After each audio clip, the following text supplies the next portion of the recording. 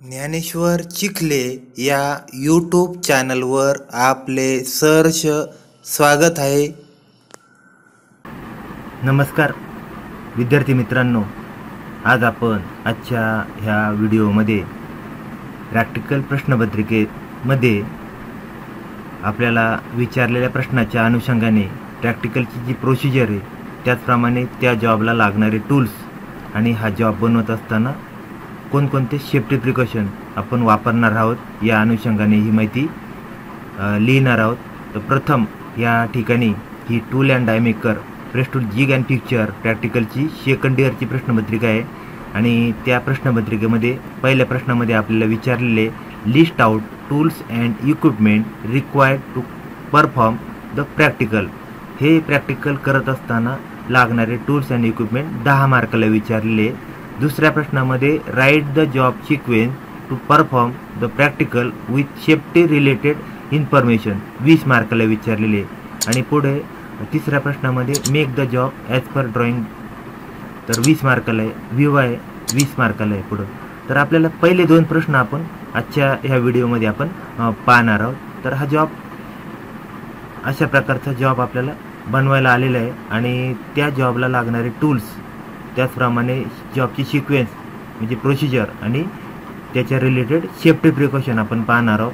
तर हा जॉब आहे म्हणजे कॉन्वेक्स आणि कॉन्केव्ह मिलिंगच्या अशा प्रकारचा जॉब आहे की 50 बाय 40 लांबी रुंदी आहे, 18 जाडी आहे, 2 पीस आहेत आणि एकाला कॉन्वेक्स कटर वापरून आपण मिलिंग करणार आहे, एकाला कॉन्केव्ह कटर वापरून मिलिंग करणार आहे. त्याचप्रमाणे त्याला थोडं स्टेप मिलिंग म्हणा साईज अगोदर बनवायला लागणार आहे. त्या अनुषंगाने कृती आणि टूल्स इक्विपमेंट कशा प्रकारे असायला हवेत.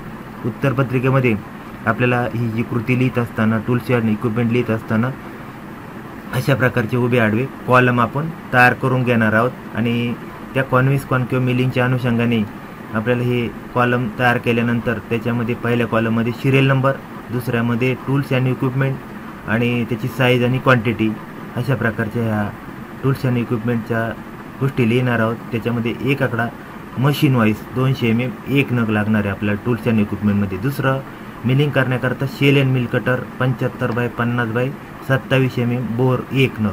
आता मशीननुसार किंवा उपलब्धतेनुसार हे व्हाईस म्हणा, कटर म्हणा किंवा अजून काही ड्रिलिंग मशीनच्या अनुषंगाने येणारे काही स्लीव सॉकेट ह्या बाबी थोड्याफार फरकाने कमी जास्त होऊ शकतात. त्याच्यामध्ये साईजमध्ये बदल होऊ शकतो. त्याच्यानंतर सरफेस प्लेट 600 बाय 600 mm एक नग लागणार आहे. त्याच्यानंतर जॉबला मार्किंग करण्याकरता, आधार देण्याकरता, सपोर्ट देण्याकरता अँगल प्लेट लागणार आहे 150 बाय 150 बाय 200 mm एक नग. त्यानंतर मिलिंग करत असताना बर काढण्याकरता file flat second cut 250 mm एक नग. आता हे काय अनावश्यक मटेरियल आहे किंवा मटेरियल कट करण्याकरता ह्याचा फ्रेम विथ ब्लेड 300 mm एक नग लागणार आहे. त्याच्यानंतर पुढं टूल्स अँड इक्विपमेंटमध्ये अनावश्यक मटेरियलसाठी आपल्याला डॉट पंच मार्किंग करण्याकरता लागणारे 100 mm एक नग आणि ह्या डॉट पंच बरोबर आपल्याला मार्किंग करताना बॉल पेन हॅमरची गरज भासणार आहे ते 0.5 kg एक नग. ट्राय स्क्वेअर जॉब मिलिंग करण्याकरता राईट अँगलमध्ये पकडण्याकरता लागणारे ट्राय स्क्वेअर 150 mm एक नग. त्याच्यानंतर काही बर काढण्याकरता किंवा कटिंगसाठी बेंच वाईज 150 mm एक नग. आपण सेट म्हणण्यापेक्षा एक म्हणू शकतो. त्याच्यानंतर आपल्याला काही कॉन्वेक्स कॉन्केव्हच्या अगोदर मिलिंग करावं लागणार आहे. त्यासाठी एंड मिल कटर देखील लागणार आहे 20 mm एक नग. तर त्याच्यानंतर मिलिंग मशीनवर हे एंड मिलसाठी कॉलेट चक म्हणजे कॉलेट चक विथ कॉलेट म्हणा 20 म्हणा 25 आपण आपल्या उपलब्धतेनुसार वापरणार आहे ते एक सेट लागणार आहे. त्याच्यानंतर पुढं आपल्याला कॉन्वेक्स मिलिंग कटर रेडियस 5चं लागणार आहे एक. आता त्याच्यामध्ये वेगवेगळ्या साईजमध्ये उपलब्ध असतात. त्याच्यामध्ये आपल्याकडं आपण लिहिलेले डायमीटर 63 बाय 10 बाय 27 mm एक नग एक क्वांटिटी. त्याच्यानंतर concave milling cutter R5 radius 63 by 20 by 27 mm एक नग. 27 mm बोर वेगवेगळ्या बोरचे हे कटर असतात. त्याच्यानंतर जॉबची लांबी असेल, रुंदी असेल, जाडीसाठी आपल्याला मायक्रोमीटर व्हर्नियरचा वापर करावा लागणार आहे. त्यासाठी व्हर्नियर कॅलिपर 200 mm एक नग. आउटसाईड मायक्रोमीटर 0.25 एक नग. आउटसाईड मायक्रोमीटर 25-50 1 नग. त्याच्यानंतर मार्किंगसाठी आपल्याला सरफेस प्लेटवर अँगल प्लेटचा आधार देऊन व्हर्नियर हाईट गेज लागणारे 300 mm 1 नग. त्याच्यानंतर मिलिंग करण्याकरता आपल्याला व्हर्टिकल मिलिंग लागणारे 1 नग. आता जे कॉन्व्हेक्स कॉन्केव्हसाठी हॉरिझॉन्टल मिलिंग लागणारे बोर टाईप कटर असतात त्याकरता ती 1 मिलिंग लागणार आहे. तर अशा प्रकारे ह्या काही बाबी आपण काय केलेल्या आहे, या पहिल्या प्रश्नाच्या अनुषंगाने list out tools and equipment required to perform the practical. हे प्रॅक्टिकल करत असताना कोणकोणते टूल्स वापरायला हवेत किंवा वापरले जातात त्या अनुषंगाने हे 10 मार्काला विचारले होते. या प्रकारे हे टूल्स आपण लिहायला हवेत. त्याच्यानंतर दुसऱ्या प्रश्नाच्या अनुषंगाने आपल्याला माहिती लिहिण्यापूर्वी टूल्स अँड इक्विपमेंटमध्ये त्याच्या खाली आपण हा जॉब कॉन्व्हेक्स आणि कॉन्केव्ह मिलिंगचा बनवणार आहोत. त्याच्यामध्ये कोणकोणते स्किल येणार आहेत. आता आपल्याला माहिती आहे की त्याला प्लेन मिलिंग करावं लागणार आहे, दाढी बनवावं लागणार आहे, त्याच्यानंतर त्याला मार्किंग पंचिंग. तर ते स्किल आपण कशा प्रकारे लिहायला हवेत. तर स्किल्स होल्डिंग आहे, plane milling, marking, punching, convex milling, concave milling आणि चेकिंग. आता ह्या जॉबला लागणारं रॉ मटेरियल आपण इथं लिहिलेलं आहे. MS फ्लॅट 60x45x20 mm 2 नग लागणार आहेत. आणि हा जॉब मिलिंग करण्याकरता ड्रिलिंग करण्याकरता काय जे ऑपरेशन आहेत त्याकरता कूलंट लागणार आहेत. अशा प्रकारे त्याच्यानंतर दुसऱ्या प्रश्नाच्या अनुषंगाने आपल्याला प्रोसिजर लिहायची. दुसऱ्या प्रश्नाच्या अनुषंगाने आपल्याला काय करायचे, प्रोसिजर आपल्याला लिहायची. तर ही प्रोसिजर आपण कशा प्रकारे लिहायला हवी, त्याच्यामध्ये कोणकोणत्या मुद्द्यांचा समावेश व्हायला हवे हे या जॉबच्या ड्रॉइंगनुसार आपण पाहणार आहोत. त्याच्यानंतर पुढच्या मुद्द्यामध्ये आपण सेफ्टी प्रिकॉशन पाहणार आहोत रिलेटेड. त्याच्यानंतर पहिल्या प्रश्नाच्या अनुषंगाने टूल्स अँड इक्विपमेंट लिहिले. त्याच्यानंतर दुसऱ्या प्रश्नाच्या अनुषंगाने आपल्याला प्रोसिजर मुद्दे आपल्याला लिहायचे, जॉब सिक्वेन्स म्हणतो आपण त्याला. तर प्रथम ड्रॉइंगप्रमाणे दिलेले मटेरियल चेक केलं.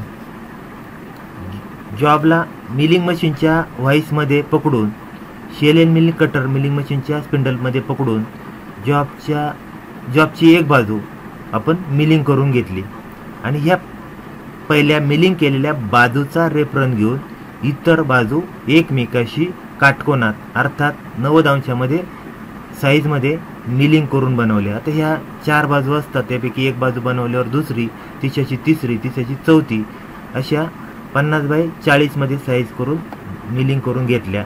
त्यानंतर जॉबची बर काढून आपल्याला ही जाडी आहे 20 mm मधून 18 mm जाडी मिलिंग करून जॉबची जाडी बनवून घेतली, बर काढली. अशा प्रकारे दोन्ही पार्ट 50x40x18 साईजमध्ये तयार करून बर काढल्यानंतर सरफेस प्लेटवर अँगल प्लेटचा आधार देऊन ड्रॉइंगप्रमाणे कॉन्व्हेक्स आणि कॉन्केव्ह मिलिंगसाठी मार्किंग केले. केलेले मार्किंग व्हर्नियर कॅलिपरच्या साहाय्याने चेक केले. अनावश्यक मटेरियल काढून टाकायच्या ठिकाणी, आता ही कॉन्व्हेक्स आकार आणि कॉन्केव्ह आकार आहे, तर हे असं अनावश्यक मटेरियल काढून टाकायच्या ठिकाणी डॉट पंच व हॅमरच्या साहाय्याने मार्किंग केल्यावर पंचिंग केली. तर आता ही 2 पार्ट एकाच साईजचे आहेत आणि त्यासाठी एका पार्टवर आपल्याला कॉन्व्हेक्स मिलिंग करावं लागणार आहे आणि एका ठिकाणी कॉन्केव्ह मिलिंग करावं लागणार आहे. तर एका पार्टला कॉन्केव्ह मिलिंग कटरच्या साहाय्याने मिलिंग करण्यापूर्वी आता हे आपल्याला कॉन्केव्ह बनवायचे. आता हा समजा उजव्या बाजूचा, तर त्याला आपल्याला काय करायचे, कॉन्केव्ह मिलिंग करायचे. तर त्याची जाडी 18 आहे आणि हा जो काही बैरगोलाकार आहे मध्यभागी त्याच्या साईडचं जे मटेरियल आहे ते आपल्याला काय करायचे, पहिल्यांदा एंड मिल कटरच्या साहाय्याने मार्किंग करून दोन्ही बाजूला 5 mm खोलीपर्यंत आपण मिलिंग करून घेतले. त्यानंतर हा जॉब आहे हे 100 मटेरियल आपण व्हर्टिकल मिलिंग मशीनवर कट करून घेतलं. त्यानंतर जॉब हॉरिझॉन्टल मिलिंग मशीनवर, कारण आता आपल्याला हे कॉन्केव्ह मिलिंग करायचे, याकरता आपल्याला जॉब मिलिंग मशीनच्या साठी हॉरिझॉन्टल मिलिंग मशीन पकडावं लागणार आहे. तर हॉरिझॉन्टल मिलिंग मशीनमध्ये व्हाईसमध्ये पकडून कॉन्केव्ह कटरच्या साहाय्याने हा आकार आपण योग्य RPM सेट करून जॉबला कटर टच करून एक ट्रायल कट घेऊन मिलिंग केले. असा एक कट केल्यानंतर आपण बरोबर सेटिंग झालं आहे का नाही यानं अशा प्रकारे खोलीपर्यंत योग्य खोलीपर्यंत आपण काय केले हे आकार देऊन आपण काय केलेलं आहे त्याला कॉन्केव्ह मिलिंग कटरच्या साहाय्याने मिलिंग करून घेतलं. कटरनुसार योग्य तो डेप्थ ऑफ कट देऊन कॉन्केव्ह मिलिंग कटरच्या साहाय्याने जॉबवर 5 mm खोलीमध्ये मिलिंग करून कॉन्व्हेक्स आकार तयार केला. अशा प्रकारे हा कॉन्व्हेक्स आकार तयार केला. त्यानंतर हॉरिझॉन्टल मिलिंग मशीनच्या आर्बरवर कॉन्व्हेक्स मिलिंग कटर. आता पुढच्या जॉब करता दुसऱ्या जॉब करता कॉन्केव्ह कटर काढून कॉन्व्हेक्स मिलिंग कटरचा पकडून म्हणजे आर्बरवर कॉन्व्हेक्स मिलिंग कटर पकडून दुसऱ्या जॉबला कटरच्या सेंटरला जॉब सेट करून घेऊन मिलिंग कटर चालू करून एक ट्रायल कट घेऊन मिलिंग केले. अशा प्रकारे दुसऱ्या जॉबवर 5 mm खोलीपर्यंत कॉन्व्हेक्स मिलिंग कटरने कॉन्केव्ह शेप तयार करून मिलिंग केले. अशा प्रकारे दोन्ही जॉबवर अनुक्रमे कॉन्व्हेक्स व कॉन्केव्ह शेपमध्ये जॉबवर मिलिंग करून जॉब फिनिश केला. जॉबची बर काढून घेतली. अशा प्रकारे या दोन्ही जॉबवर plain milling, step milling, convex अथवा कॉन्व्हेक्स मिलिंग व कॉन्केव्ह मिलिंग करून दोन्ही जॉब साईजमध्ये व आकारामध्ये तयार केले. तर अशा प्रकारे हे मुद्दे आपल्याला या दुसऱ्या प्रश्नाच्या अनुषंगाने right the job sequence to perform the practical हे प्रॅक्टिकल करत असताना हे मुद्दे त्याच्यामध्ये यायला हवेत. त्याच्यानंतर त्याच प्रश्नामध्ये पुढं विथ रिलेटेड सेफ्टी प्रिकॉशन आपल्याला यायच्यात या जॉबच्या अनुषंगाने. आपण इथे सेफ्टी प्रिकॉशन ह्या जॉबच्या अनुषंगाने जॉब बनवत असताना कोणकोणत्या सेफ्टी प्रिकॉशनच्या बाबी यामध्ये लिहायला हव्यात. त्यामध्ये मिलिंग करत असताना जॉब घट्ट पकडला, हा जॉब आहे. मिलिंग करताना घट्ट पकडला. मशीनिंग करत असताना कूलंटचा भरपूर वापर केला. मशीनिंग करत असताना कूलंटचा भरपूर वापर केला. मिलिंग करताना योग्य स्पीड व फीड देऊन मिलिंग केले. काम करण्यापूर्वी व काम झाल्यानंतर सर्व टूल्स साफ केले. मशीन बंद करूनच जॉबची मापे तपासली. काम करत असताना सुरक्षिततेची काळजी घेतली.